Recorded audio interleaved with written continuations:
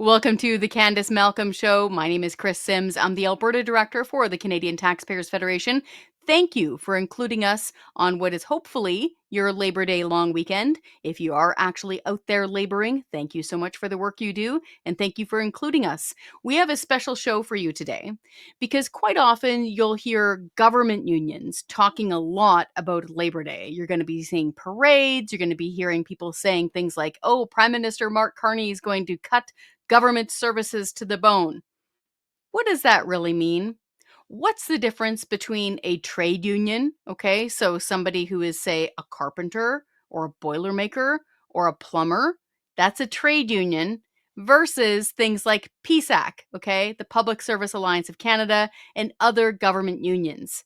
What is the difference there? How much are we paying? And how can we actually get more efficient government in order to hold them to account better and actually pay less in taxes? Because I wanted to point out, folks, you're paying like 42, 43% of your pay to taxes. How is that nice for workers? How is that nice for the labor movement? How is it that the biggest mouthpieces in the government labor movement are saying things like, we need to spend more, we need a bigger bureaucracy, we can't cut? I will remind folks that the researchers over at the Fraser Institute, they do a great calculation every single year.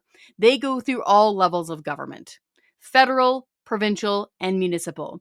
They add up all of the taxes, fees, levies, whatever other euphemistic term is being applied to taxes these days, and they come up with a calculation. And this year, yeah, it's around 42 or 43% of your pay on average that's going out the door in taxes. Let's do this another way. Say you're on regular salary, like most people, and you get your salary deposited into your bank account. Say it's every 2 weeks. Do a thought experiment. Imagine what usually lands in your bank account. Double it. That's close to how much the government is taking from you. Picture if that amount were doubled, what could you do with that money by choice? Could you afford more nutritious food? Could you pay off some credit card bills? Could you save up maybe for a house?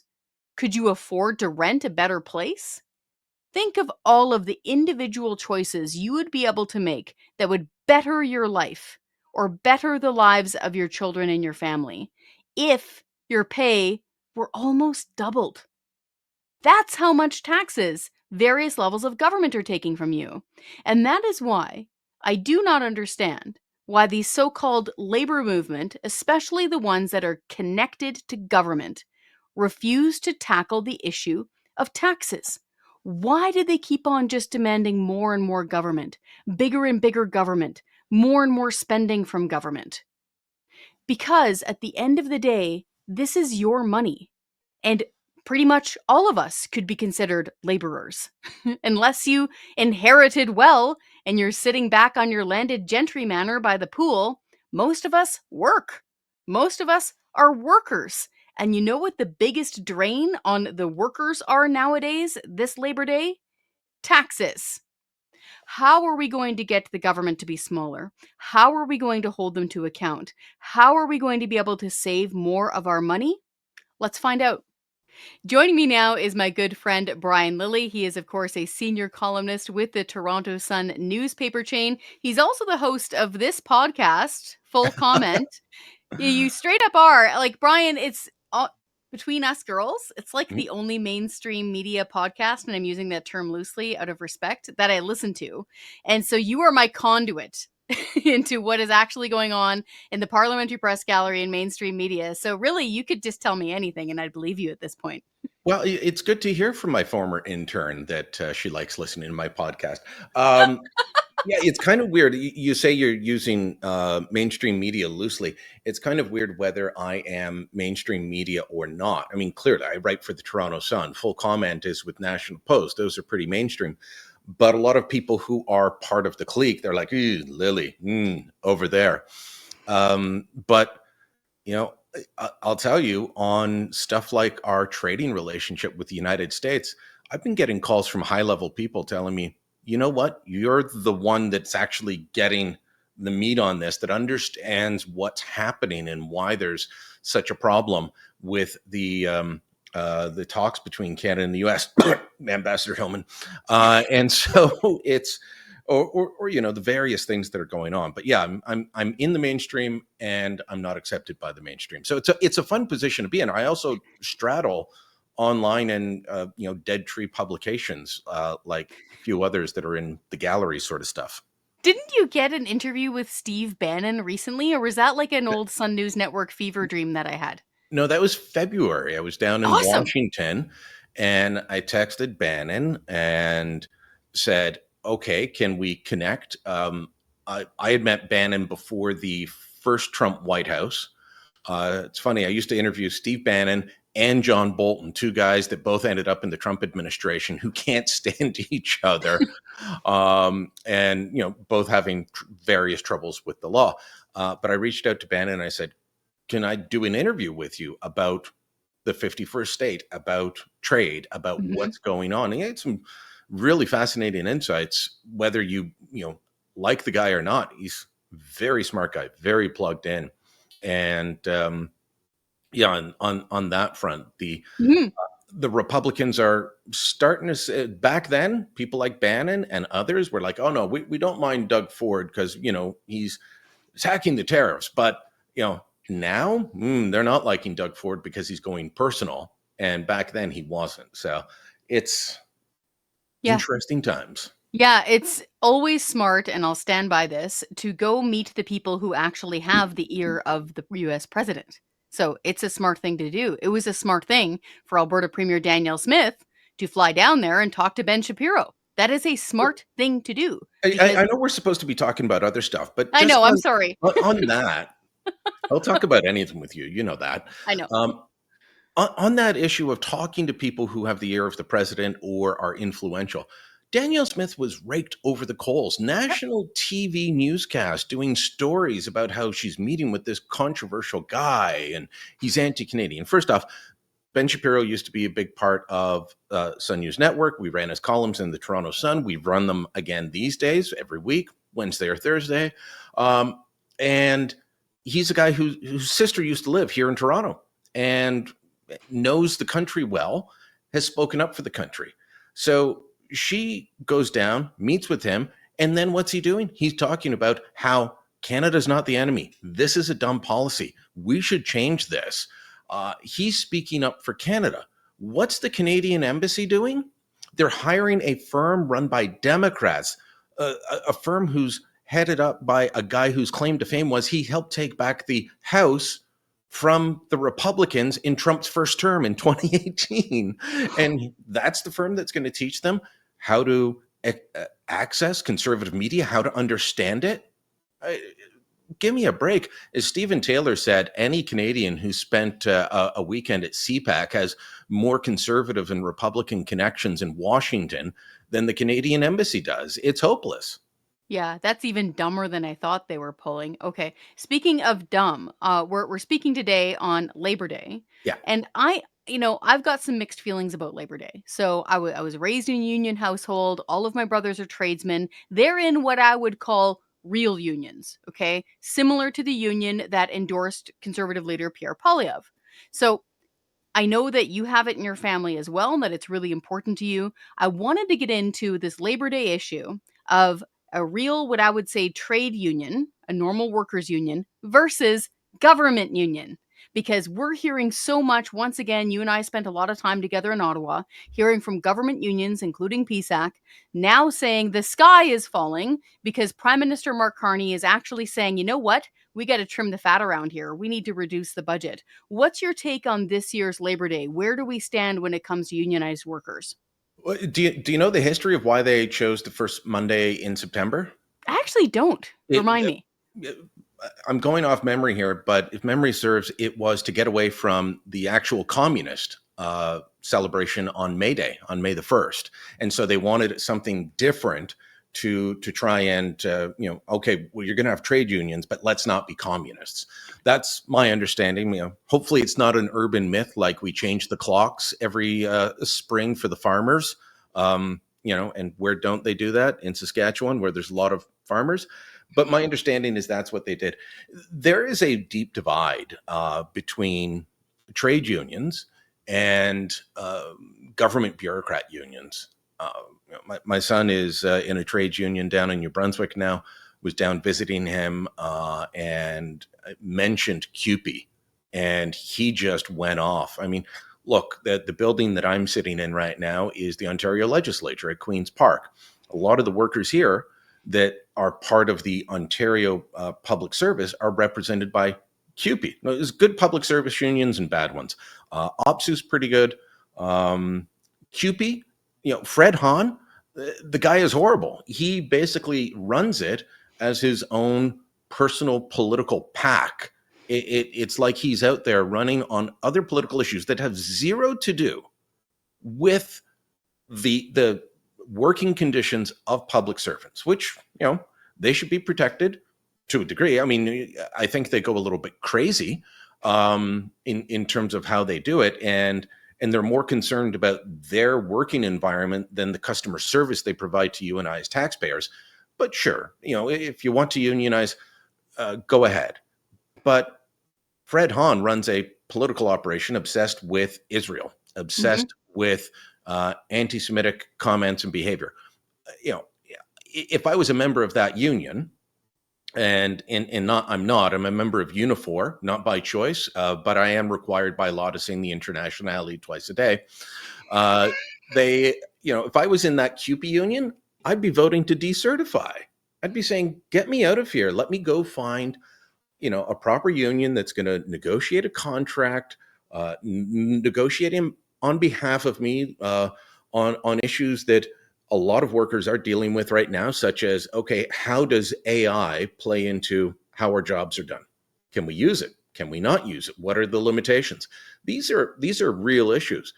Fred Hahn going off about resistance by any means necessary after Hamas attacked Israel on October 7th isn't a workplace issue. No, it's not. It's a big, big charged political issue. And I can't imagine being forced to pay dues in order to pay that guy's salary. I haven't even looked to see what his salary is. It's And probably disgusting. You see less of that in the trade unions. Now, United Steelworkers is pretty far left. I was amazed that Ontario Premier Doug Ford was at their union hall recently in Hamilton at 10:05. The guys on the shop floor at Stelco, which is where 10:05 represents, they love Ford. They love Pierre. I've been to Stelco with both of them. They are mobbed. These guys are conservative voters, but the leadership of Local 10:05 has generally, since the 1930s or 40s, been communists.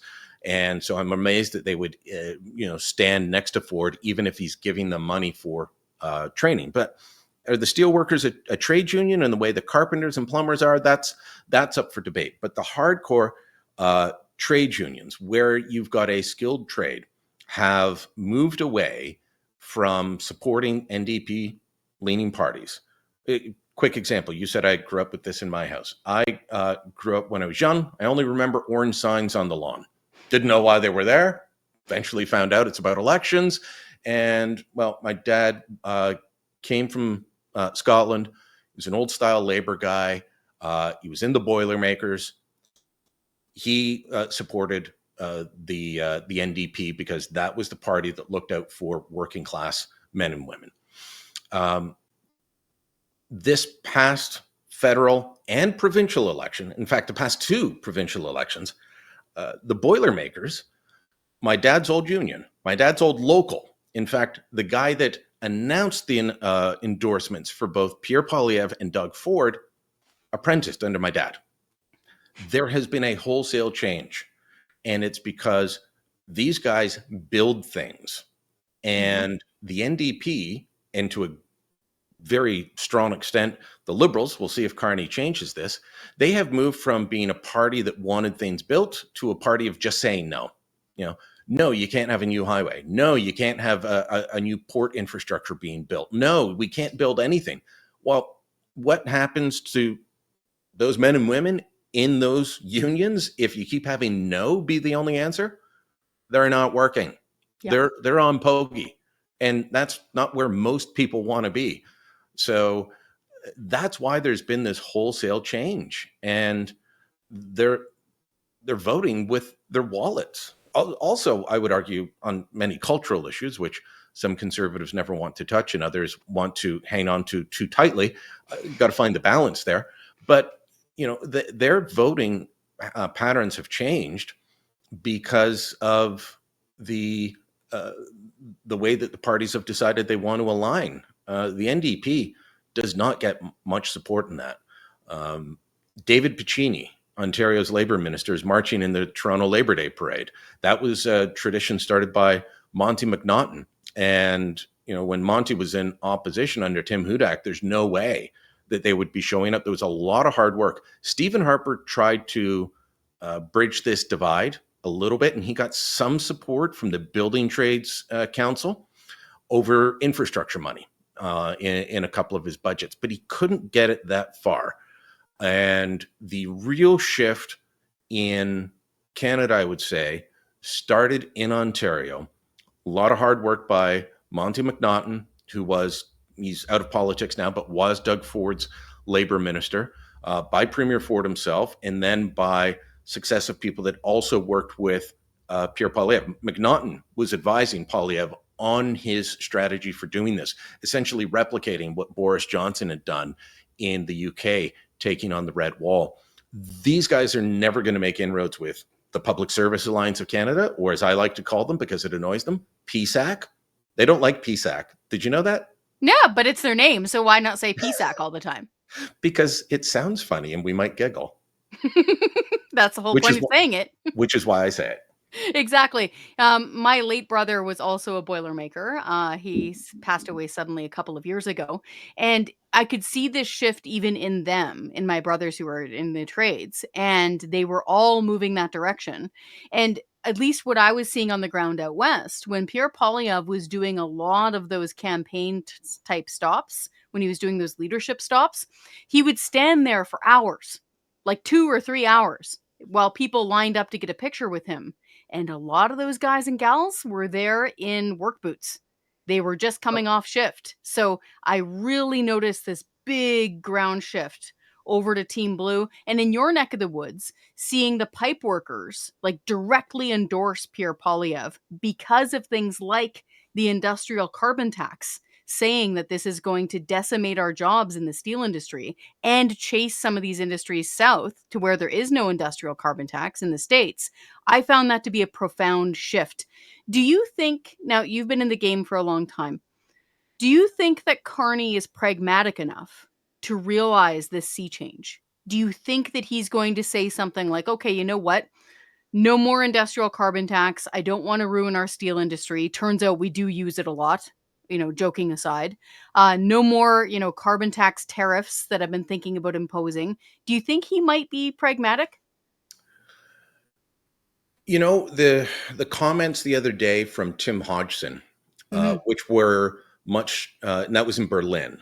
Yep. So he is the Minister of Energy and everything that's important to us right now. He was in Berlin and he talked about how Canada's domestic and foreign policy will now align uh, with policies on things around energy and critical minerals. And he chastised the former Trudeau government for taking LNG off the table and said they're going to do that. Now they're talking medium term. They're not talking about doing what the Germans did and getting an export terminal built quickly. So, my answer on almost everything with Mark Carney is it depends, because he talks a lot but hasn't delivered much yet. If he starts delivering this fall and early into next year, he has the potential to govern for a long time if he wants. If he doesn't and he just keeps talking and not delivering, he could quickly turn into the next Paul Martin. We don't know which way it's going to go. But if he is pragmatic and he builds, and Hodgson is giving free rein to go out there and start getting projects moving, he could stop some of this shift. He could pull some of those voters back over to Liberals. I don't see the NDP making that shift. They are quickly trying to make themselves irrelevant, or as Christian Leuprecht described Canada on the international stage the other day, we're significant by our insignificance. That's what the NDP is trying to do to themselves as a political party. So I don't see them getting it back. But the Liberals could peel some away. In John Zaricelli, who is the Minister of State for Labour, he's not full minister. The full Minister of Labour would be Patty Hajdu, who's got a different title. But Zaricelli is a smart guy. He is a political operative who goes back to Dalton McGuinty at the Queen's Park days, worked with the Trudeau government in their early years. If they start using someone like him to make inroads the way that McNaughton did for both Poilievre and Ford, that would be problematic for the Conservatives at both the federal and provincial levels, because these guys, I spent 20 years listening to politicians of all stripes, but it started under the Liberals, saying, well, we're moving to the knowledge economy. They weren't exactly saying go code, but they were saying we're moving to the knowledge economy. They had no time for this. You're going to rue the day that you hold on to that view going forward. What are the jobs that aren't going to be hit by AI? Things like this, or healthcare workers, anything that's hands-on. It's not there yet, but one day I'll be replaced by AI prompts, or I'll replace myself with AI prompts and have more time. It'll just be these terrible kind of Frank Miller comic book talking heads, the two of us talking. All right. I quickly wanted you to touch on the government unions and our favorite one to say, PSAC in Ottawa. Yeah. I think it's the Public Service Alliance of Canada in all seriousness. But yeah, PSAC, they're now sounding the alarm saying, oh my gosh, the sky is falling. Carney's going to cut. Okay. Number one, the public service, the bureaucracy has grown like in a huge way. So it's something like 40% over 10 years, isn't it? Even more. It's like in the 70 range. So I'll put it this way. It's like 99,000 been added since 2015. If we had kept the growth of the bureaucracy in line with population growth, we would be saving $7 billion a year. It was, I couldn't believe it. Franco had to walk me through the math. That is astonishing amount. So do you, again, another practicality question with Mark Carney, and I know I'm asking you to look into a crystal ball, but do you think he's got it when it comes to making cuts? Do you think he's actually going to make cuts, or do you think this is a lot of noise? Well, he's asked his cabinet ministers to make cuts. And so the public service unions are always going to decry. They only want more members, but that is the point of the union. They're there to represent their members, and they want to have more members because that's good for them. And so they're going to oppose any cuts. No one can look and say that their services are 40 or 50% better than they were when the Trudeau Liberals took office. Things were actually working pretty well back then. I mean, I remember the passport office got streamlined years ago, and getting your passport used to be a huge pain. And then, under Harper, they completely changed the system. Suddenly, getting your passport was a breeze. It showed up on time. It was easy to get appointments. And then the Trudeau Liberals came in, bad management, and we remember the people lining up outside and paying people to stand in line to get their passports because it was taking months to get these things. Good management matters. So, look, one of the things that both the unions and the bureaucrats and the political staffers do if they're told to cut is find something really public. So the RCMP is going to be cut. Oh, we need to cut the musical ride. If you are covering City Hall, as I have done in Toronto and Montreal and Ottawa, we have to cut the budget. Oh, waiting pools are going to have to close, and libraries. Oh, yeah, all the libraries have to be shut down. And so they go for these public things. And there was an example of that we saw. All of their budget cuts that the departments were asked for, the ministers were asked for, were supposed to be delivered to Frankie Bubbles on August 28th, so last Thursday. And Frankie Bubbles, by the way, for people that haven't heard me call him that, that's what I call our finance minister, Francois Philippe Champagne. My understanding is he knows the nickname and doesn't mind it. So Well, it's funny. he was supposed to, yeah, and it's not mean. It's like No, his name's it's true. Champagne, Bubbles. Fine. He he was supposed to get those last Thursday. Well, last week, Stephanie Taylor at National Post got added to a group chat, kind of like that guy at what was it, The Atlantic, that got added to Pete Hegseth's group chat. Except, JD Vance's. Oh my yeah, gosh. except this one wasn't about war; it was about budget cuts, and so she gets added to a group chat with senior political staffers at Environment and Climate Change Canada, and they're doing what I was just describing. Cut the musical ride, cut libraries, cut. We're going to have to close all the schools if we cut the provincial budget, that sort of thing. So for their department, they're like, well, what can we cut? Well, there's this program that helps control algae blooms on the Great Lakes.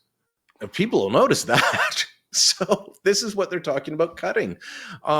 So this is the challenge that Carney's going to have. If he wants to be successful, I think he should spend a lot of time talking to Jean Chrétien, much like the former Prime Minister Stephen Harper did. One of the stories that I heard about Chrétien was when he finally decided, okay, we have to cut. He didn't come in on a promise to cut, and he was forced to do it. And Paul Martin really hated cutting because Paul Martin, despite what people think was a far left liberal, he thought Chrétien was too right wing, and he only cut because Chrétien forced him to. But every department their minister would go in and try and make the case, oh, boss, we're doing great work, but we could do so much better if you just gave me another 10%, another 5%. Chrétien only had a couple of meetings like this after he decided to cut, because according to the story I was told, people would go in and pitch to him, boss, I need another 5%. He'd sit there, listen patiently, respectfully. The minister would leave and he'd call up Treasury Board and say, cut them double what they just asked for. If you're not ruthless, the ministers won't do it. Nope. Or most ministers won't. Nope. And the bureaucrats will never do it. But, there are ways to streamline government services and provide better service without costing more. It's just that we have refused to do it. And look, I know the feds have pooched themselves by getting rid of a lot of office space during the pandemic, and then now they can't even get people to the office 3 or 4 days a week, never mind 5. But I think a lot of lost productivity is caused by the work from home mentality. Some people are more productive at home. I know I can be, but writing is a solitary endeavor.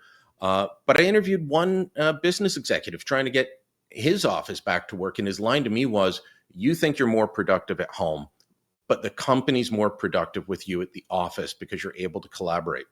That, getting them back to office will be a major thing for productivity, and also figuring out, well, do you need to cut so many jobs? Or are people going to quit and say, no, I don't want to ride the bus in from Orleans.